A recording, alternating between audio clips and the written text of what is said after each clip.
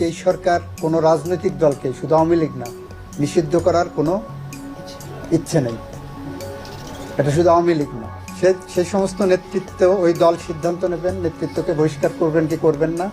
আর এদের যে সমস্ত মানবতা বিরোধী অপরাধ বলেন, খুন খারাপি বলেন, মানি লন্ডারিং বলেন, সেটার জন্য বাংলাদেশে যে আইন আছে সেই আইন অনুসারে তাদের বিচার হবে। লক্ষ লক্ষ নেতাকর্মী যাদের, তাদের অনেকেই বিগত 15 বছরে কোনো হালুয়া রুটি পায়নি বা চাইও নি। অনেকে এরকম অনেককে আমি চিনি, চাইও নি। তার আদর্শিক একটা জায়গা যদি থাকে, সে যদি মনে করে আওয়ামী লীগের আদর্শ ফলো করবে, আমি তো সেটা বন্ধ করতে পারি না। উনি রিটটা করতে পারেন না, সেটা আমি বলেছি যে উনার যে অর্গানাইজেশন আসছে সেই অর্গানাইজেশন গঠনতন্ত্র অনুসারে চলতে হবে।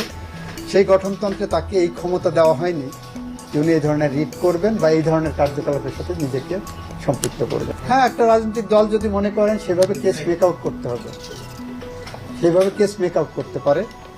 যেভাবে কেস মেক আউট ওনারা করেছেন, দিস ইজ অ্যাবসোলুট